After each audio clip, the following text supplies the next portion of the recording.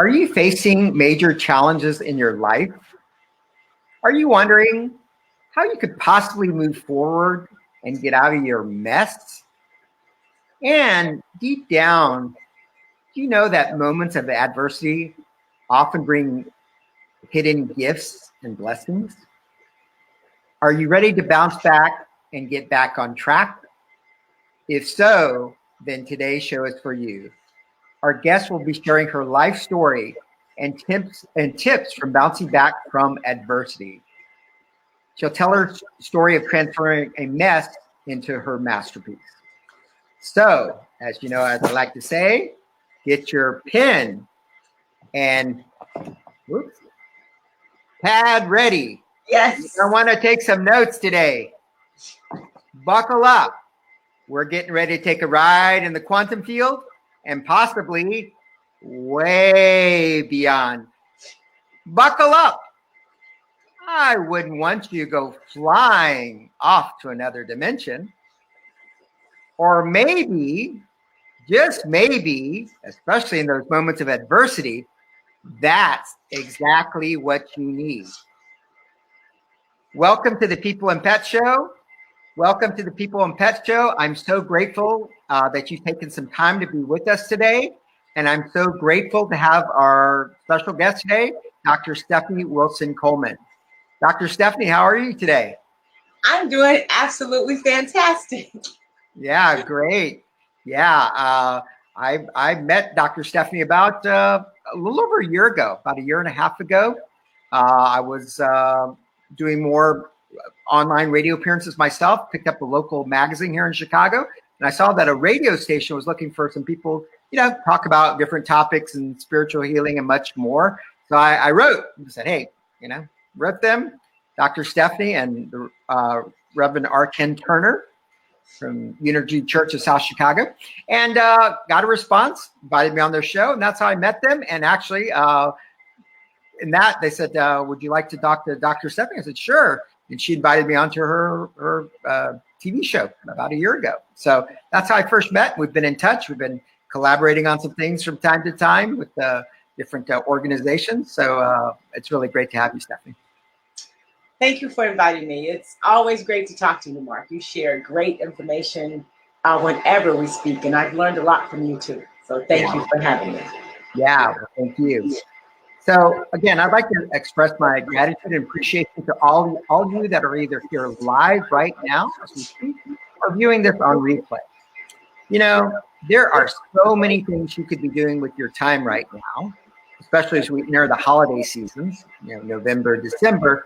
And I'm so grateful you chose to spend some of your time with us.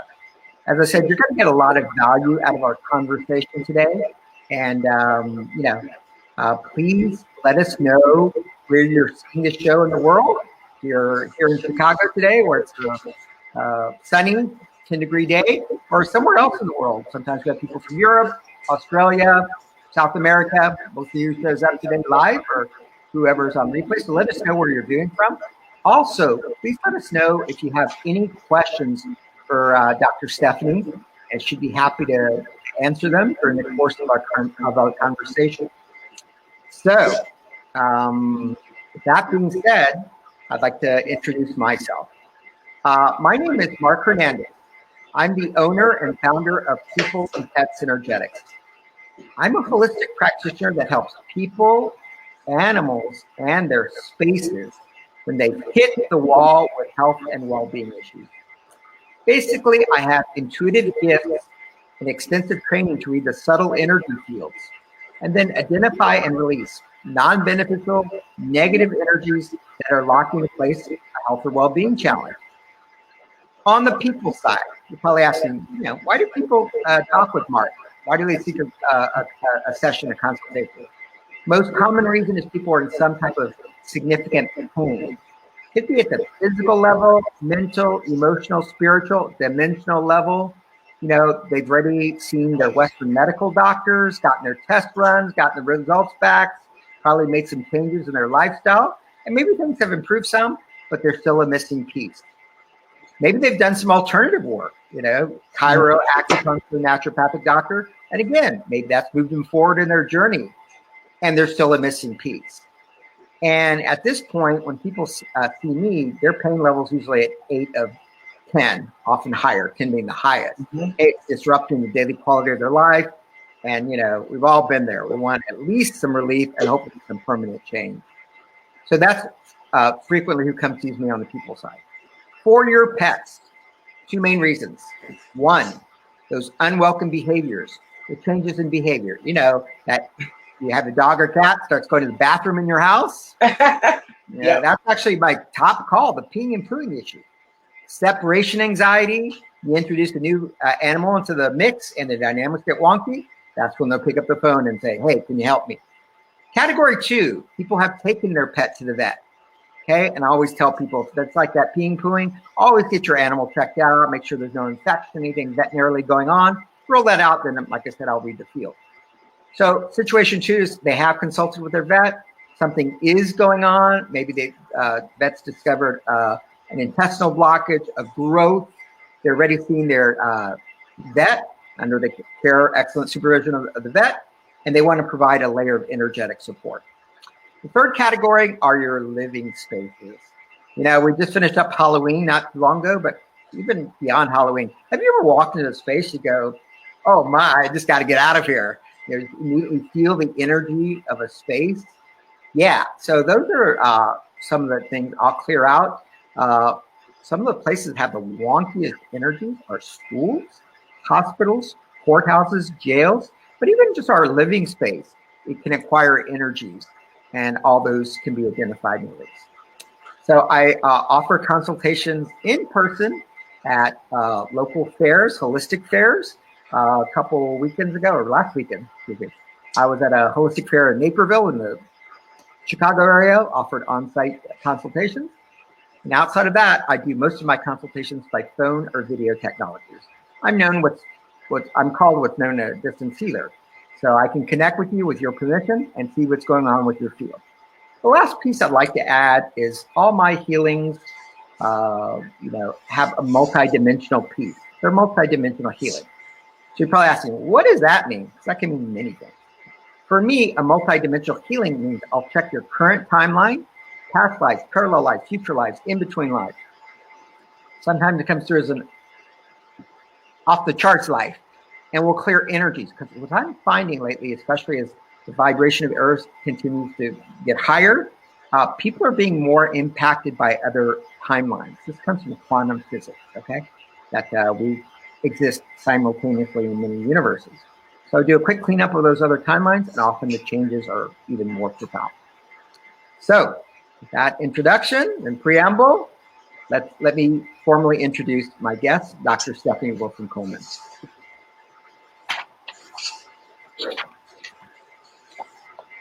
Okay, Dr. Stephanie Wilson-Coleman lives her inspiration as the founder and CEO of the Champagne Connection. She is the author of 4 published books, and they're all very inspirational. Her latest book, Creating a Masterpiece from a Master Mess, has quickly become a favorite of many. As I said, we've all been in situations of adversity, and we need to help moving forward. She is also the host of the cable access television show, A Sip of Inspiration, which can also be viewed on the Now Network. Everybody has a story, but Stephanie's life narrative is a testament that anyone can have a story worth telling. Like every hero, heroine, Stephanie Wilson-Coleman, she's a straight shooter, the empowerment doctor, was born out of necessity. Her story is filled with conflict, villains, roadblocks, moral dilemmas, and spiritual awakenings. So it's been quite a rich life, and she's going to share that journey more with us today. Her story began in Little Rock, Arkansas, where she graduated at the top of her class at the historic Little Rock Central High School.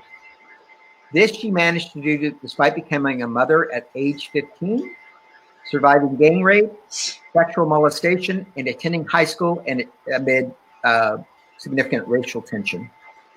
She beat the odds. Several years ago, an accident caused Stephanie to suffer a basal skull fracture, from which the doctors predicted she would not recover. Okay. She beat the odds again. After recovering from the skull fracture, she experienced corporate downsizing and was left in financial ruin, which resulted in being temporarily homeless.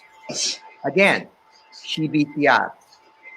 The same drive that led her to complete high school with honors led Stephanie to earn her bachelor's degree from the University of Arkansas and an MBA from the University of Chicago's Executive MBA program.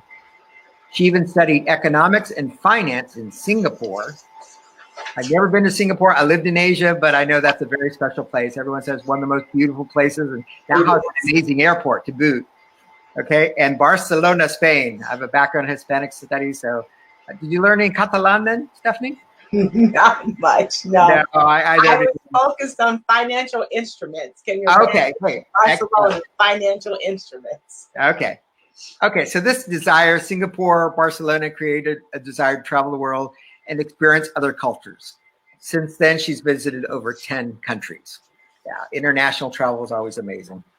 Be it for a short time, long time, it's always a great thing. All right. Today, through the organization she founded, the Champagne Connection, Stephanie is an ordained minister, success mindset mentor, and transformational specialist, and chronic healing enthusiast. She has the uncanny ability to help people transform emotional and mental obstacles into stepping stones into their dreams. Again, using the moment, using the quote unquote mess to create your dream life. She has an insatiable appetite for helping others rethink the impossible. Whether she is engaging a small audience, doing one-on-one mentoring counseling, speaking before a large conference, or presenting before a pulpit, everyone will experience a breakthrough. She has shares her message through workshops, seminars, books, CDs, speaking engagements. As I said, she gives everyone the tools to start living their dream life.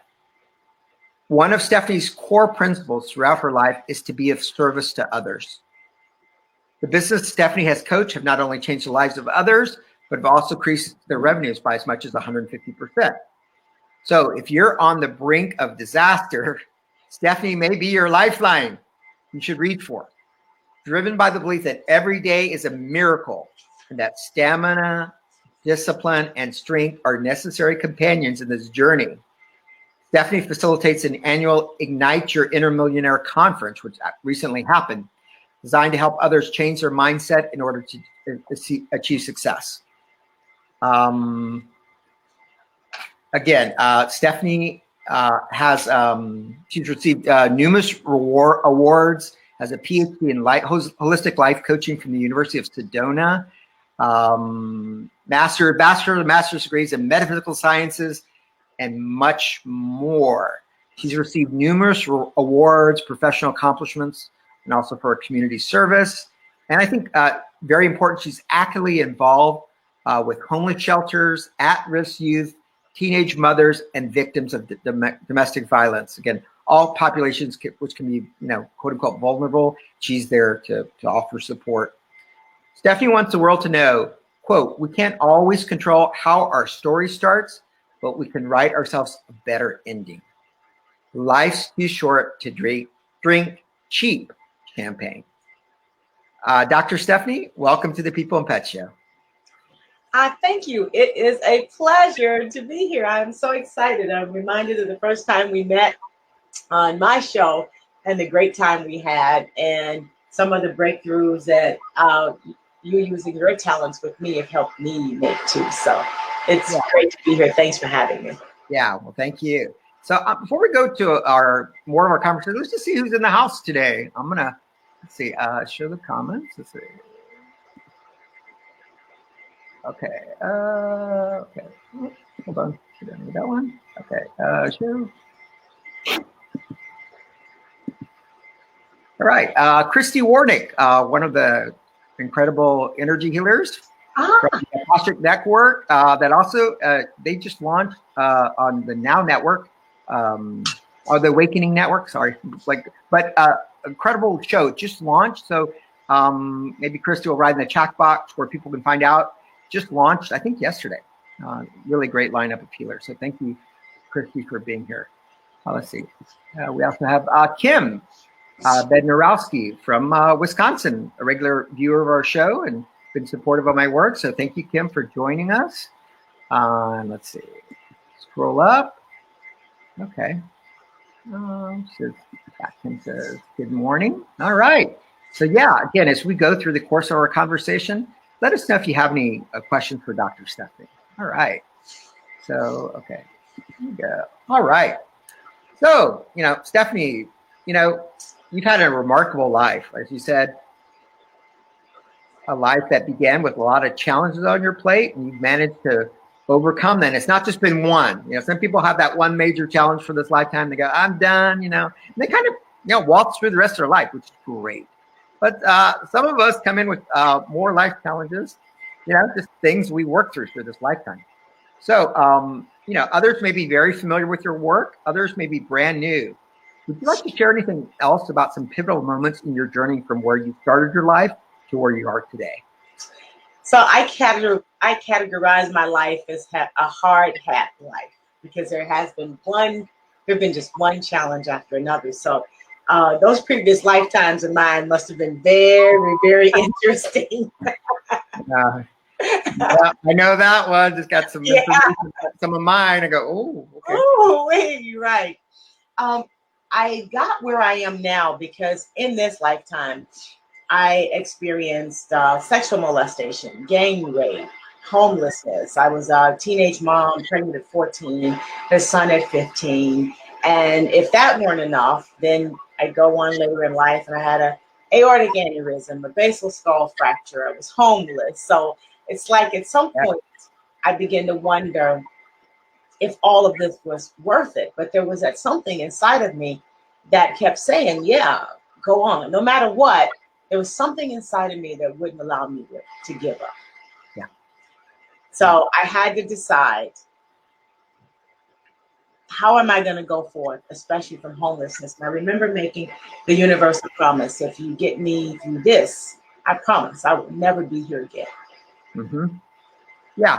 And I think, like I said, especially, I think all of us have had situations that we're doing everything we know how and asking the universe for help. And sometimes it just doesn't seem to come at the moment. And, again, I speak for myself. Sometimes, what's the holdup? Why is it happening now?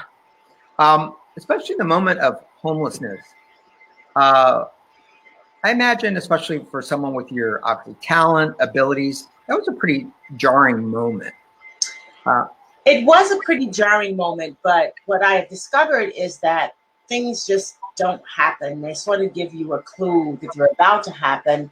But people tend to be what I like to call, and I learned in finance, overly optimistic. So there are opportunities we have on the earth plane before something happens to actually make some changes. Yeah. Even if it's some changes seem to be small, such as dealing with the anger that you may have inside, or making a different decision about how to handle your finances, or changing the relationships that you're in. It's like I discovered that the universe speaks first in that still small voice that says, this really isn't the right relationship for you. You really do need to leave. And there are all of the signs. But we believe that, no, we can make it, we can will it to be what we need it to be. And then the next time it's a bigger voice. They did this, or this happened. And then we're still trying to force it into play. And then it's like, oh, what they did to me, when all along it's what you have been allowing to be done to you, what you have accepted. And that's it. So you just don't wake up today thriving and tomorrow homeless. It is a process, but sometimes you just don't see the writing on the wall. Yeah. Well, great. So, So as I mentioned in the introduction, you do offer workshops, speaking engagements, much more. Could you tell us a little bit about the last you just did the Ignite Your Millionaire Mindset event conference recently, last month or two? Is that right? Yes. And this last conference was our 6th conference. And I started so I'm a finance person by training. So I started doing money because what I discovered is that it is very difficult for people to talk about what they're going through specifically. So it's difficult for people to talk about with me the things that possibly led to the relationships or the violence or the abuse or the homelessness. Yeah. But people really are okay with talking about their money. So they are. I don't know why that is. Yeah. People don't do that, but they not understanding that if you're sensitive enough, you can already key into the other emotional aspects that are going on, and those aspects show up everywhere. So when you realize that everything that happens to you is a matter of what you believe to be true and the mindset that you've developed over years, and in working with the pranic healing and Mark, even over lifetimes. Oh, yeah. Yeah, over lifetimes. So we do this so that we can sort of dismantle those things. So I help you make peace with childhood memories that affect not only how you handle your money, but also how you handle your other relationships. And because we view money as not being personal, it's generally accepted. So we do a lot of that kind of work. So I go through and we look at, I create fun ways to determine if you're living up to your own standards and where you're in violation of your standards, and techniques that you can use in your daily life to get back in alignment with the things that you believe and the things that your soul is trying to teach you. Yeah. So what's like, just if you can give us just a little or just a idea of like what's one of the most activities that you do at this conference that people most enjoy? They say, I really got a lot of that, or I had major insight. One of the wow moments was an exercise that we did just out of the blue. So I asked people to think of their most successful friend. Yeah. And think of their friend that they decide is not successful. And I give them a series of questions like, what's their behavior?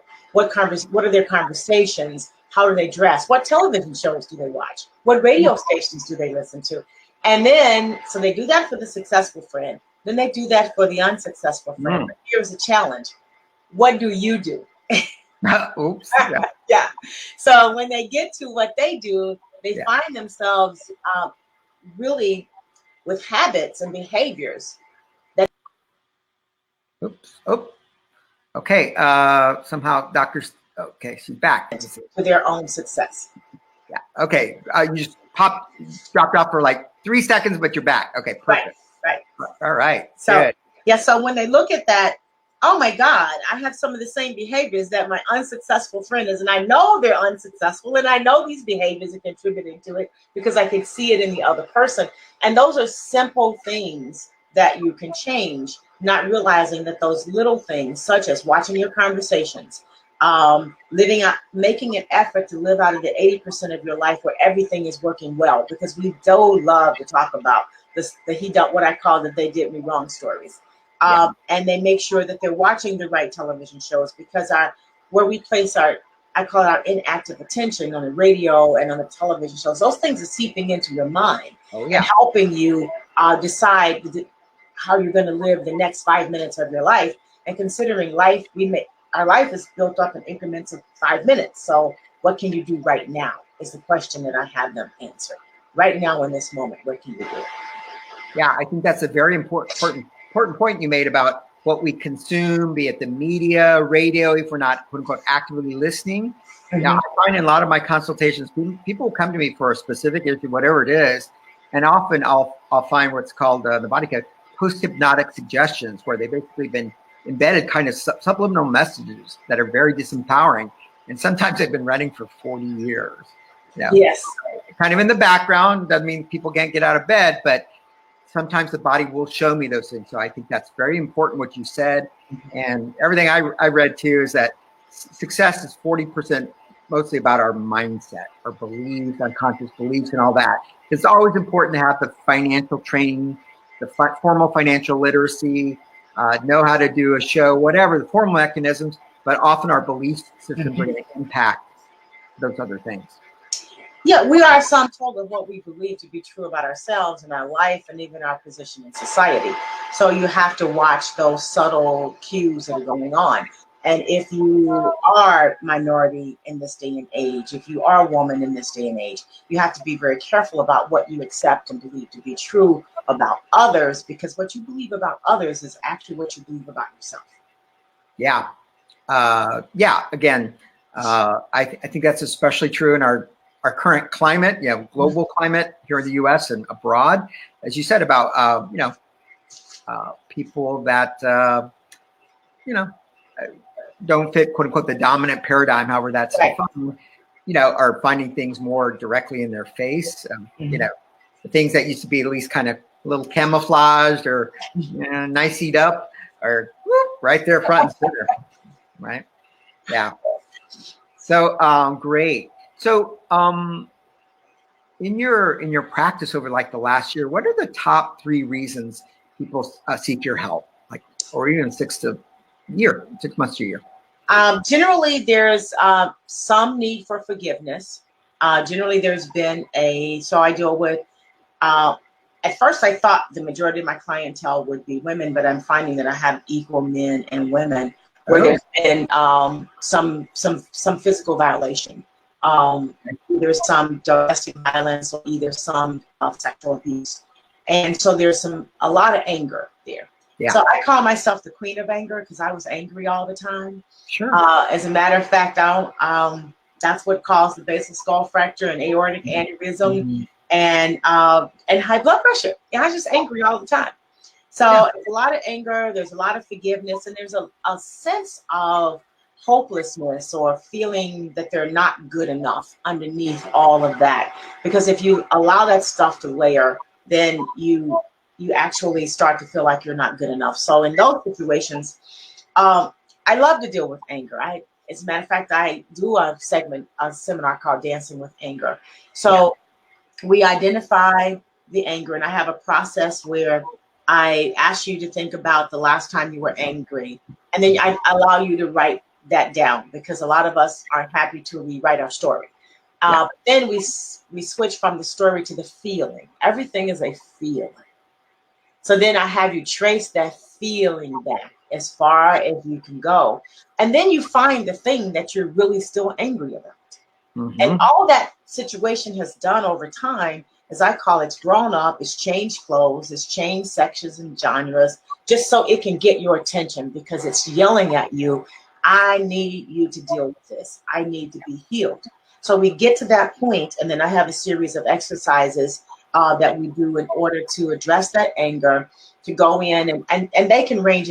Sometimes it can be done in a letter writing session. Sometimes it takes a journey. Sometimes it takes going deep down inside. And I have exercises to get you down to the problem. Sometimes you may need to bring your spiritual team with you, but we actually get to it. You actually get to have your say. You actually get to rewrite it and find the good in that, or the error in what you believe to be true all this time, so that it can heal itself. And then we do a release process with that information.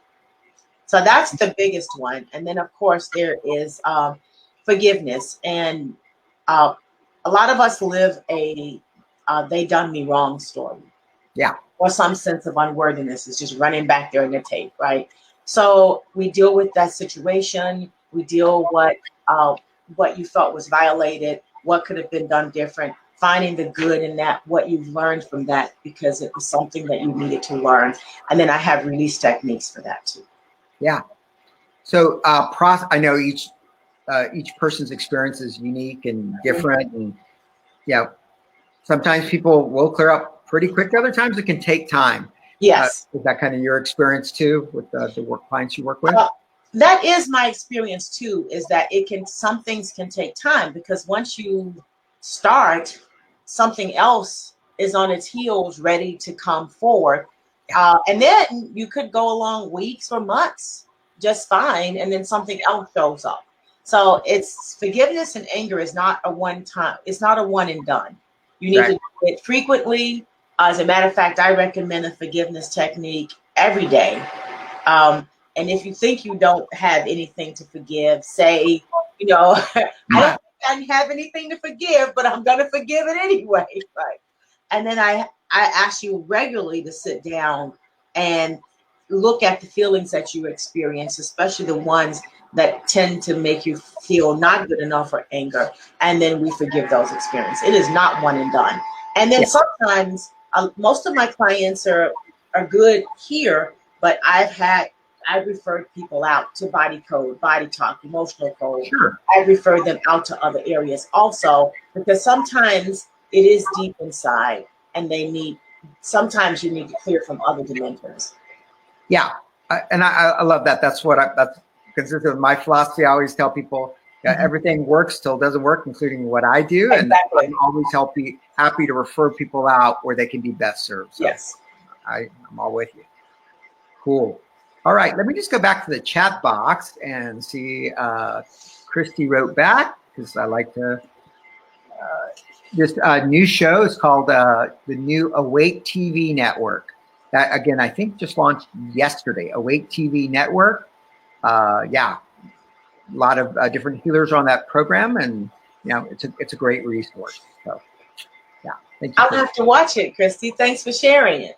Yeah, it's a great resource. So excellent. All right. Again, if you have any questions or comments for Dr. Stephanie, please feel free to write them in the chat box. So would you like to lead us through a brief little group process or meditation, or so people get a little sampling of your work? Sure. I have a couple, and some of them I borrowed from other people because they worked miracles in my life. Sure, absolutely. So one of the healing techniques that I really like, that I've used several times with people who were either having post-traumatic stress syndromes, or someone who's had a lot of violence, a lot of instances in violence. So, and I have it's called Go to Your Room. So it's an exercise so you just become still and you close your eyes and relax. Okay. And then I want you to imagine that you're walking into an elevator. Now, depending upon the severity of it, sometimes I'll have you walk down some stairs, and then sometimes I'll have you go to an elevator. Just depends upon the conversations before, where you go down 21 floors and you count we go each floor, and we talk about what you see and what you notice and what you feel, until we get down to the 21st floor. And at the 21st floor is the issue that we are talking about. One of the issues we're going to resolve. But note that if it's severe, there's going to be issues probably on all the floors. So we work with them one at a time. We don't work with all 21. Right. Okay, we do one at a time. So you get there, and in there, I ask you to notice as you walk off the elevator, and I ask you to look around. And then you see a light in a corner. And as you see this light, you realize that this light represents your guardian angel. Mm-hmm. And the guardian angel asks you to have a seat next to it. And there's a table in between, right there. And you have a conversation with your guardian angel. And you simply ask it, what is it I need to know? What is it you need to tell me? And then you listen to what it says. And as you get the message, I want you to just remember the message. And then I want you to sit a minute to make sure that there's nothing else that you need to hear. And as I do this, I just got a message. Okay, great. And then I want you to embrace your guardian angel and thank you for the message. And then I want you to imagine that the guardian angel now is leading you into a room so that you can sit in that room. And then I want you to tell me what's in the room, what you see. Explore every ounce of the room. Is it cluttered room? Is it neat? Is it colorful? What are the colors on the wall? How does the floor feel? What do you see? Is there a table? Is there anything else there for you? And I want you to go over and just simply take note of it. Then I want you to find a chair in that room and open your message. If it was a written message, did your guardian angel give you a message in a box? Was it an envelope? How did you get the message? And then I want you to open it and look and have a conversation with the self that is now walking into the room, discussing the message. And I want you to remember what it says. And I want you to feel it, because most of it's going to come in a feeling and not necessarily words. So describe the feeling of the message. And they usually describe the feeling of the message. And then I ask, when you're finished, let me know. And then we walk back up to the elevator, out of the room to the elevator. And then we take the elevator back up to the first floor. It opens up. And then what do you see? And now open your eyes gently and share your revelation. So generally from that comes the need to forgive something specific, or the need to release some anger, or some emotion you didn't even know that you had. I've had people, especially war veterans, to talk about some conflict that happened 20 years ago that they didn't realize they were still holding on to. I've had some domestic violence victims talk about actually information on how to prepare to leave, and actually being given the permission to leave, because often we don't give ourselves permission to leave. So those sessions are pretty powerful. So I generally adjust them to what needs to happen. For instance, if it's a war veteran, and in certain conflicts, we don't use beaches because generally that's a negative imagery for them. Yeah. And then if they've had terrible experiences in parks or secluded places, we don't use those places because I don't want to trigger something. I want them to be in a place that feels comfortable and feels good to them. Sure. Yeah, that makes sense. Yeah, I kind of joined the process a little bit later on, but what I noticed for me towards the end, I got towards the tip of my heart, kind of like a warm feeling just kind of went up. And the message I just got real quick was trust in yourself, trust the universe. Yes. And I just got that. You need to trust more. Yeah. So it's all in divine order. Divine order. It's like I know this. Always. Okay. Right. It's like my message was more like, if you can stop doing my job, do your job, Stephanie. I got my job. It's like, okay, I promise. Yeah, if anyone would like to write in to share your experience with the process, that would be great. Again, as I said earlier in the show, if you have any questions for Dr. Stephanie, feel free to ask. Great opportunity. So great. I wanted to circle back to something you said earlier about the clients that consult with you, about half for women, half for men. Yes. 50% is remarkable. Because I've had a conversation actually over the last 3 months, and I say as a rule of thumb, probably about 90% of my clients are women and 10% are men. And people ask me, well, who are the men that seek you? I said, usually they're on a spiritual path. Mm-hmm. They've done, taking holistic, taking care of themselves, and just a little bit more comfortable addressing their emotional side. But so tell me a little bit more about. Because usually it's 10, maybe I'll hear 20, maybe 30, but 50 is really remarkable. Could you tell us a little bit more about it? It shocked me. It shocked me. And they come from referral. So they will reach out to me through referral directly. So what through me was they're not likely to show up on a webinar. They're not likely to join a group chat. They're just not doing that. And I had worked with a guy who was 21-year retired veteran who was in 7 conflicts and developed lung cancer and had high blood pressure and eventually some kidney failure. So he said, you're sort of my last draw. A friend recommended me, his niece actually. So I thought I would try.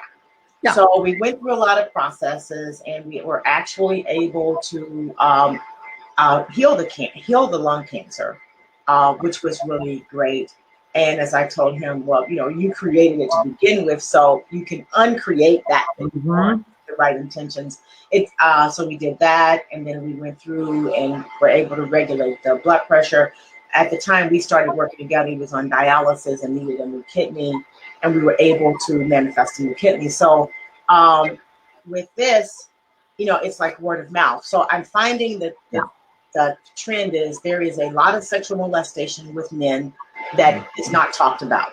And since I talk about mine openly, when they hear the 23 instances of sexual molestation, they feel comfortable that I at least understand what they're going through, Yeah. and that I can help them. So it's probably that my experience mimics their experience a lot. And then I'm a woman, and what could I do? You know what I mean? It's like that's not that Yeah. real fear there. Right. So I'm not judging their masculinity. I'm Yeah. not judging their experience. Sure.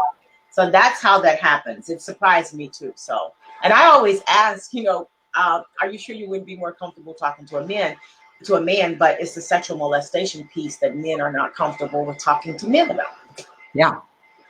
Very interesting. Because somehow they think they somehow everyone, women too, girls and boys at the age of, mine started at 5, somewhere between the age of 5 and 18, think in their mind once they become older that there was something that they could have done to have stopped it. There was something they could have done to overcome their the aggressor, the perpetrator, but there's not.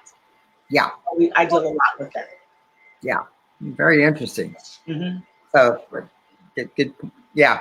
Good point. Because the men I do work with that do, brave to walk through the doors and do the work often have major breakthroughs in short order.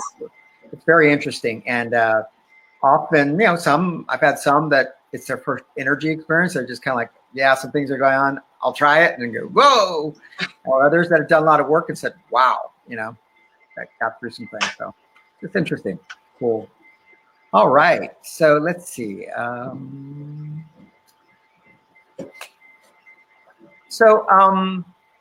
do you see your work evolving in the next couple of years? You've done a lot of things. What kind of new directions might you be heading into to expand your work?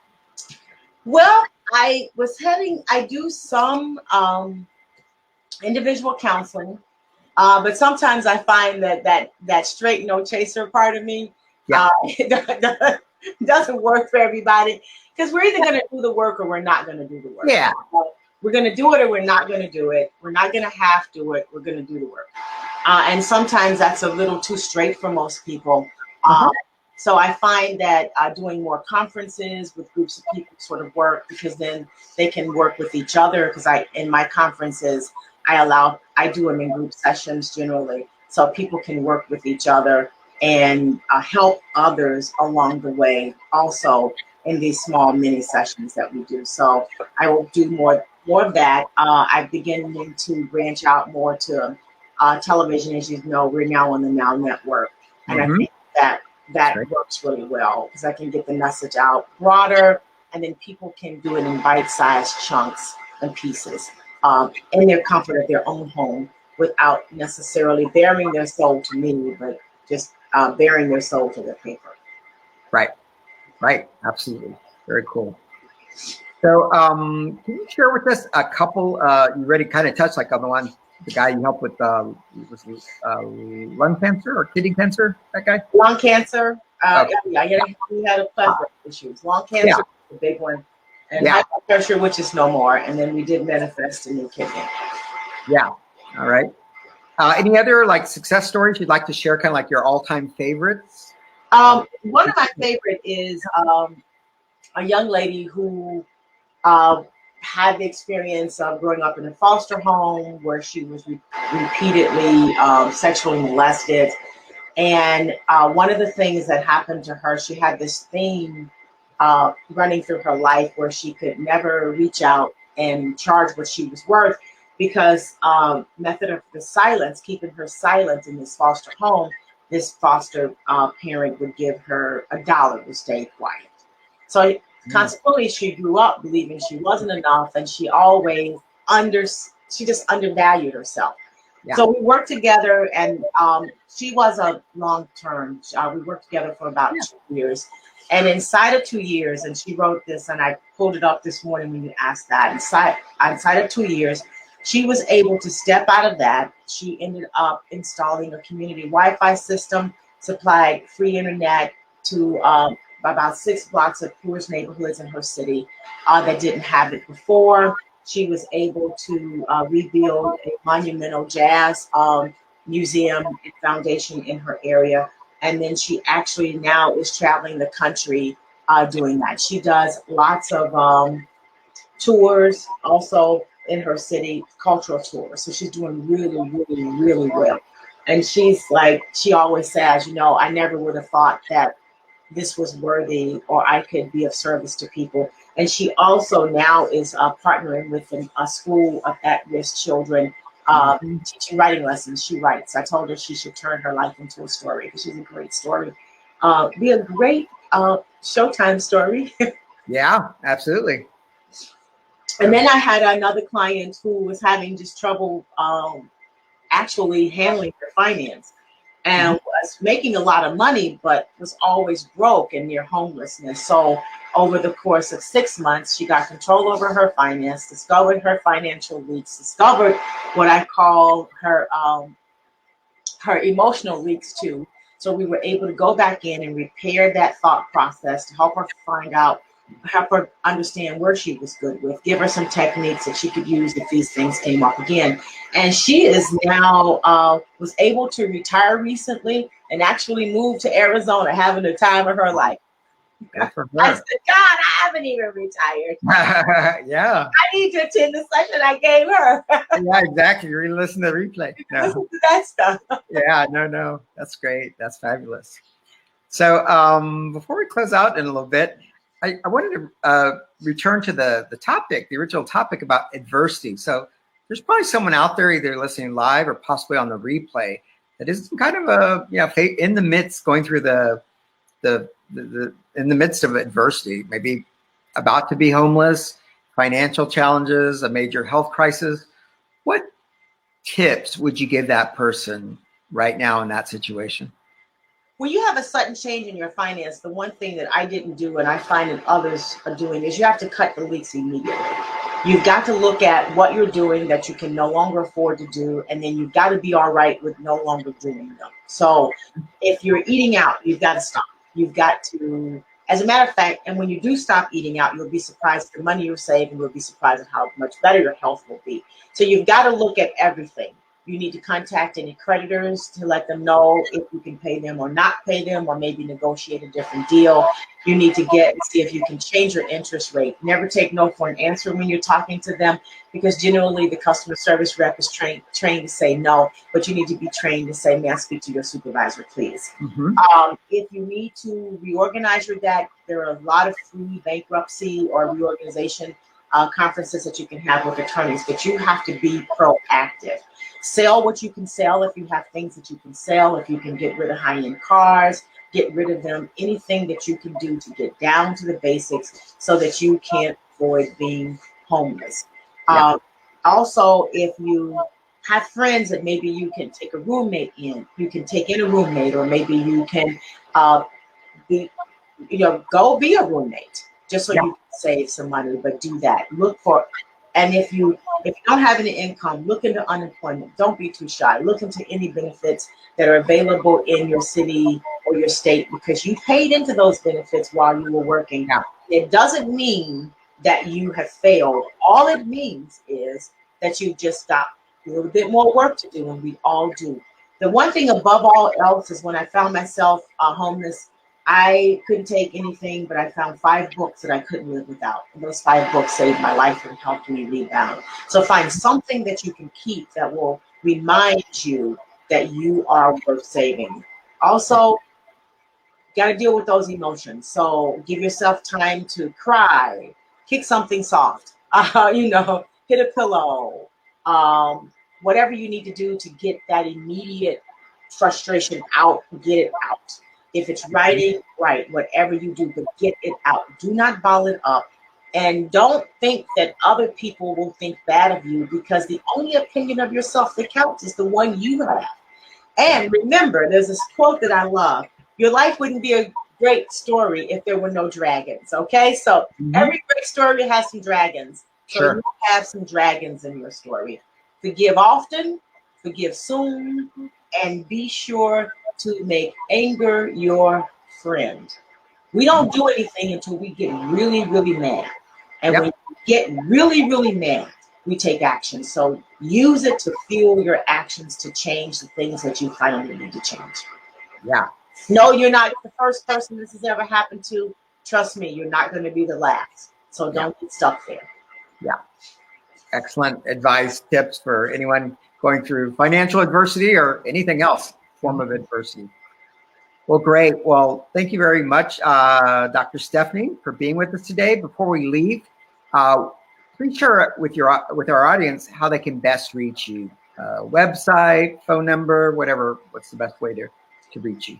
My website is champagneconnection.com. That's champagne like the liquor, CHAMPAGNE connection, and it's not plural. So if you say Champagne Connections, you're going to get a total surprise. So champagneconnection.com, and my email is my initials SEWC@champagneconnection.com. And if you go to my website and sign up, you'll get a series of emails from my Blueprint to Financial Success that will give you a sample of some of the exercises that I use in classes. Excellent. Well, great. Well, thank you so much for being with us today. It's been a pleasure to have you, and we'll continue the conversation. Thank you for having me. I really enjoyed it. And I love you to death. And if you guys out there listening and looking at the replay now, if you all have not experienced Mark, you don't know what you're missing. He's changed my life. Thank you. Thank you very much, Stephanie. So we go on air every Tuesday morning live at 9 a.m. Central Standard Time. Please remember to comment, share, like, and love today's show. If you're seeing it live, please give it the hearts, the thumbs up. If you're seeing it on replay, it'll be on YouTube very soon. Please sure to subscribe to the People and Pets channel and give it a like. Each week we'll bring leading edge guests connected to maintaining the health and well-being of people, animals, or spaces. My guest next week will be Sarah Woodard from the Healing Corner in Massachusetts. She's a Reiki master teacher, certified shamanic practitioner, animal communicator, and chemical-free beekeeper, among much more. She also writes books for children and adults. And she wants to teach everyone to respect the lives of all sentient beings. So join us next Tuesday morning at 9 a.m. My guest will be Sarah Woodard.